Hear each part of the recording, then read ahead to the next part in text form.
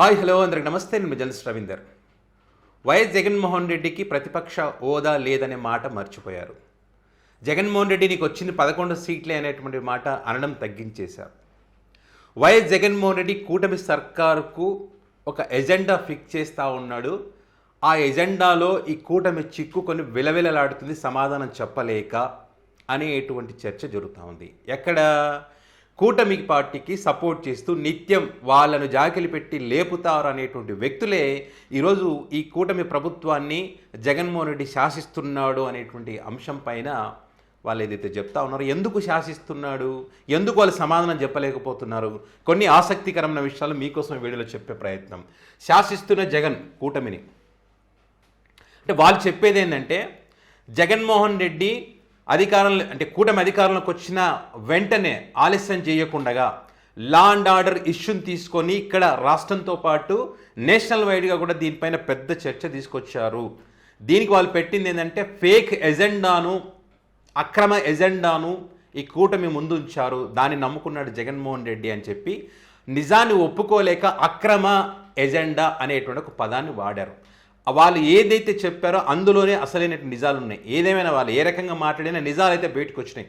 వాళ్ళ కళ్ళల్లో చూసిన వారి మాటలు, వాళ్ళ స్వరంలో మార్పు కానీ, వాళ్ళ డిబేట్లో వాళ్ళు మాట్లాడుతున్నటువంటి ఎంటైర్ ఏదైనా మీరు గమనించండి, వాళ్ళలో మార్పు వచ్చిందనడానికి ఒక వీడియో కూడా మీకు వినిపిస్తా, మాట్లాడినటువంటి మాటలు కూడా మీకు వినిపిస్తా. సో ఇక్కడ ఈ లా అండ్ ఆర్డర్ ఇష్యూ పైన జగన్మోహన్ రెడ్డి గారు సక్సెస్ అయ్యారు, కూటమి ఫెయిల్యూర్ అయింది అంటే ఖచ్చితంగా ఫెయిల్యూర్ అవుతుంది. ఎందుకంటే లా అండ్ ఆర్డర్ విషయంలో కూటమి ఫెయిల్యూర్ అయింది. జరిగినటువంటి తప్పిదాలను జగన్మోహన్ రెడ్డి గారు నేషనల్ వైడ్గా చెప్పారు. మొదట్లోనే వినుకొండ ఇంత దారుణమైన ఘటన, మరి నడి రోడ్డు మీద అంత దారుణం జరిగినప్పుడు మరి ఫెయిల్యూర్ అయినట్ట కాదా? ఆ తర్వాత లాకప్ డెత్ చూసుకోండి, ఇప్పుడు క్రాంతి కుమార్ది చూసుకోండి, సాయి కృష్ణ చూసుకోండి, అక్కడ గంగమ్మ చూసుకోండి, కళావతి చూసుకోండి, ఇట్లా రకరకాలుగా వివిధ ప్రాంతాలలో జరిగినటువంటి పరిస్థితులు ఏంటి? జ్ఞానేశ్వరిది చూసుకోండి, సుగాలి ప్రీతి చూసుకోండి, ఇక్కడ జనసేన పార్టీ ఎమ్మెల్యేలు మహిళల పట్ల చేస్తున్నటువంటి ఈ రాసలీలలు కానీ, వారిపైన దాడులు కానీ, ఇవన్నీ వీటన్నిటిని ఏమంటారు ఇది లా అండ్ ఆర్డర్ తప్పినట్టే కాదా? ఇదే లా అండ్ ఆర్డర్ తప్పిందని చెప్పి ఆంధ్రప్రదేశ్ డిప్యూటీ సీఎం పవన్ కళ్యాణ్ గారు మాట్లాడారా లేదా? వాళ్ళు చేసినటువంటి పని ఇలా డిప్యూటీ సీఎం ఆఫీస్లో మేము పెట్టుకుంటున్నామని చెప్పి నేను ఒక ప్రకటన చేశారా లేదా? నా చేతిలో లేదు లా అండ్ ఆర్డర్ కాబట్టి నేను చేయలేకపోతే క్రిమినల్స్ బ్రతికిపోయారన్నారా లేదా? సో ఇక్కడ జగన్మోహన్ రెడ్డి గారు ఫేక్ ఎజెండా ఎలా అవుతుంది? రియలే కదా ఇది. సో అదొకటి. దాని తర్వాత ఇంకోటి ఏంటంటే, డిఎస్సికి సంబంధించి అని చెప్తా ఉన్నారు. డిఎస్సిలో ఇది కూడా అక్రమ ఎజెండా అంటారు.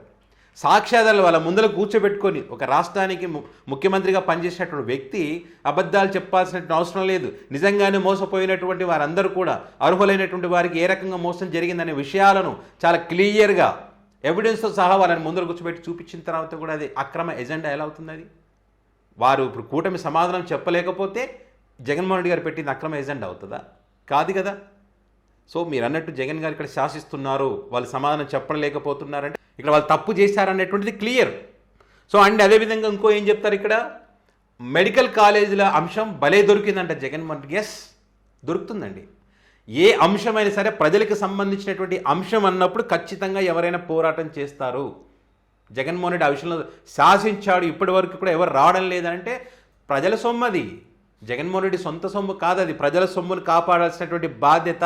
మీరు ఏదైతే ప్రతిపక్ష హోదా లేదు నీకు అదని చెప్పారో, మీరు ఏదైతే 11 సీట్లు వచ్చాయని చెప్పారో ఆ వ్యక్తి కాపాడాడు కదా, ఆ వ్యక్తి ఆపాడు కదా, ఆ వ్యక్తి ఆ ప్రజల సొమ్మును ఎక్కడికి పోకుండా అంటే ఎవరైతే దోచుకోవాలనుకున్నారో వాళ్ళు దోచుకోకుండా అడ్డుపడ్డాడు కదా. ఎస్, శాసించినట్టే. మీరు ఆగిపోయారు కదా. ఒక కాంట్రాక్టర్ కూడా బిడ్డు వేయడానికి ముందుకు రానటువంటి పరిస్థితి కదా. ఇప్పటి వరకు కూడా వచ్చారా? రాలేదు కదా. ప్రభుత్వ సొమ్ముని జగన్మోహన్ రెడ్డి కాపాడాడు.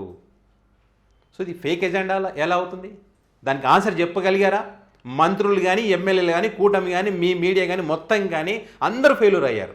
ఏదో జగన్మోహన్ రెడ్డికి సవాలు విసిరి అది ఇది అని చెప్తే జగన్మోహన్ రెడ్డి సవాలును స్వీకరించి ఇక్కడ అయ్యన్న పాత్రుడు నియోజకవర్గాన్ని అక్కడ పోతే అక్కడ మొత్తం ఆధారాలతో సహా ఈ వైసీపీ పార్టీ క్యాడర్ అంతా కూడా మరి ప్రతి ప్రాంతానికి వెళ్ళి వాళ్ళు ఏదో కట్టారా లేదా, ఎంతవరకు వచ్చిన పరిస్థితులన్నీ కూడా వివరించారు కదా.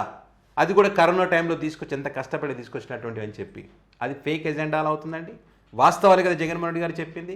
కాబట్టే శాసించాడు. మీరు దానికి ఆన్సర్ చెప్పలేకపోయారు. సో అండ్ అదేవిధంగా అమరావతికి సంబంధించి మాట్లాడుతున్నారు. అమరావతి రైతులు కూడా ఎట్లా అమరావతి రైతులే జగన్మోహన్ రెడ్డి గారి దగ్గరికి పోయి వెళ్ళారు కదా. వాళ్ళు వెళ్ళారు కాబట్టి రైతు పరిరక్షణ కమిటీ అని చెప్పి జగన్మోహన్ రెడ్డి గారు అక్కడికి పంపిస్తే ఎవరు దాడులు చేస్తారు? ఏ పార్టీకి సంబంధించినటువంటి మహిళలు కోడిగుడ్లతో దాడి చేస్తారు? ఏ పార్టీకి సంబంధించినటువంటి వ్యక్తులు రాళ్లతో దాడి చేశారు? మరి కేసులు ఎవరి మీద పెట్టారు ఇక్కడ? సో అదే ప్రాంతం మీరు చెప్తున్నటువంటి ఆ ప్రాంత అమరావతి రైతులే ప్రెస్ మీట్ పెట్టి చెప్పారు కదా, మేము పిలిస్తే వచ్చారని చెప్పి. వీలైతే జగన్ గారిని కూడా ఇక్కడికి పిలిపిస్తామని చెప్పారు.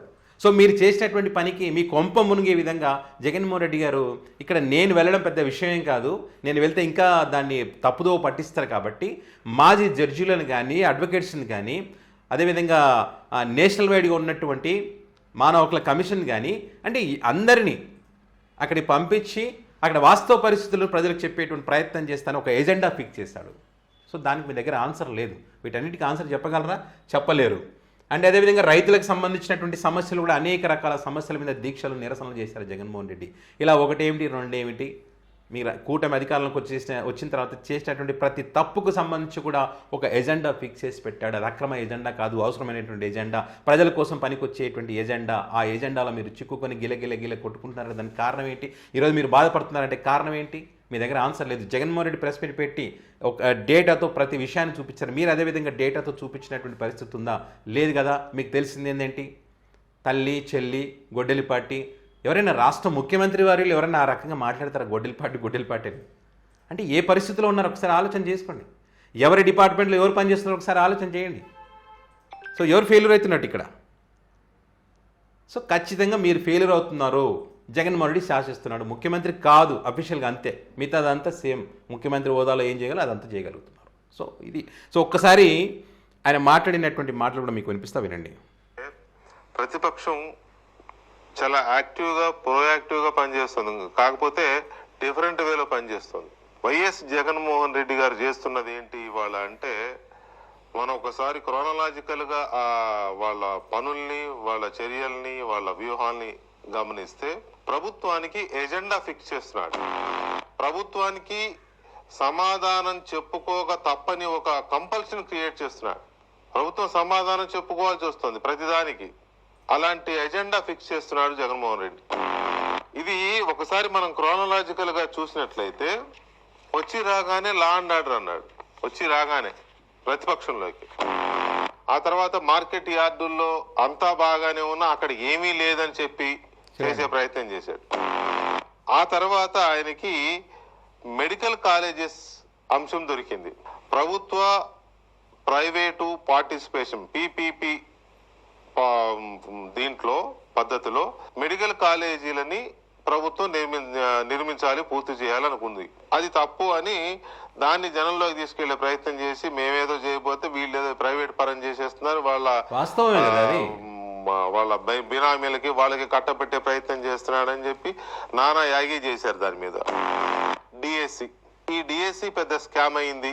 ఈ డిఎస్సిలో నియామకాలన్నీ పార్టీ వాళ్ళకి ఇచ్చుకున్నారు, కులం వాళ్ళకి ఇచ్చుకున్నారు, లేదా స్పోర్ట్స్ కోటాలో ఇంకో కులం వాళ్ళ కులం వాళ్ళకి ఇచ్చుకున్నారని ఇట్ ఈస్ ఫ్యాక్ట్. అవునన్నా కాదన్నా ఇట్ ఈస్ అనే rowdy sheeter lockup death issue తెర మీదకి వచ్చింది. అంతే టక్కుమని అందిపుచ్చుకు అమరావతికి వెళ్ళారు. నానా బీభత్సం, అక్కడ అల్లరి గోల. సో ఈ ప్రభుత్వానికి జగన్మోహన్ రెడ్డి అజెండా ఫిక్స్ చేస్తూ ఉంటే ప్రభుత్వం ఎందుకు చోద్యం చూస్తుంది? దాన్ని ఎందుకు మీరు బ్రేక్ చేయలేకపోతున్నారు? జగన్మోహన్ రెడ్డి ప్రయత్నాలను ఎందుకు బ్రేక్ చేయలేకపోతున్నారు? బ్రేక్ చేయలేరు. ఎందుకంటే జగన్మోహన్ రెడ్డి ఫిక్స్ చేసిన ఎజెండా నిజం, దానికి ఆన్సర్ చెప్పలేరు. జరుగుతున్న మీరు చెప్పినవన్నీ జరుగుతున్న వాస్తవాలు. జగన్మోహన్ రెడ్డి ప్రతిపక్షం లేదన్న ప్రతిపక్షం ఇప్పుడు మీరు మీ నోటి వెంటే ప్రతిపక్షం బాగా పనిచేస్తుందనే పరిస్థితికి వచ్చింది. సో మరి జగన్ గారు శాసిస్తున్నట్టే కదా? ఎస్, శాసిస్తున్నారు. సో కూటమి ఆన్సర్ చెప్పలేని పరిస్థితిలో ఉంది. సో వారి నోటి వెంట వాళ్ళే చెప్పేటువంటి పరిస్థితికి వచ్చారు చూడండి. సో రానున్న రోజుల్లో ఇంకా మారుతుంది, వాళ్ళ స్వరంలో మార్పు అనేది వస్తుంది. సో ఇది మరి ఈ అంశానికి సంబంధించి మీ అభిప్రాయాన్ని కామెంట్ రూపంలో పెట్టగలరు. Thank you.